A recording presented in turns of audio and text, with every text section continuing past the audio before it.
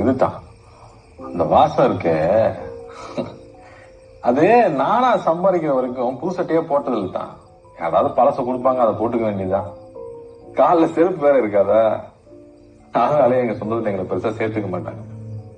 அக்கம் பக்கத்துல தான் இருப்பாங்க, ஆனா கண்டுக்க மாட்டாங்க. அவங்க பசங்களோட கூட சேர்ந்து விளையாட விட மாட்டாங்க. எங்க அப்பா எங்க தெருல பார்த்தா கூட பார்த்து பார்க்காத மாதிரி இருந்துருவாங்க. இந்த வயசுல அதெல்லாம் எனக்கு ஒரு மாதிரியா இருக்கும். யாரையும் குத்தம் சொல்றதுக்குல தான், எல்லாரும் வகையில் நல்லவங்க தான்.